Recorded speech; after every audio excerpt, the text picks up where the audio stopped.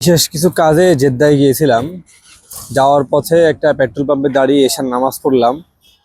আসলে সৌদি আরবের প্রত্যেকটা পেট্রোল পাম্পে এরকম মসজিদ থাকে মহিলা এবং পুরুষদের জন্য। এই হচ্ছে পেট্রোল পাম্প এবং এর পাশাপাশি বিভিন্ন রকমের দোকান থাকে। একটা ভালো লাগার বিষয় হলো যেটা দেখানোর জন্য ভিডিওটা করা। আসলে বাংলাদেশে আমি মনে করি যে পেট্রোল পাম্পগুলো হাইওয়ে রোডের আশেপাশে আছে, এর পাশে এরকম কিছু কিছু মসজিদ করে দেওয়া উচিত। এবং সব থেকে মজার ব্যাপার, এবার যখন আমি খুলনা থেকে ঢাকায় যাচ্ছিলাম তখন গোপালগঞ্জের আশেপাশে এমন একটা মসজিদ পাইছিলাম আমি, যেখানে নামাজের জায়গা আছে, পুরুষের জন্য আলাদা, মহিলাদের জন্য আলাদা। আসলে এই বিষয়টা আমার কাছে খুব বেশি ভালো লাগছে, এই জন্য আর কি ভিডিওটা করা।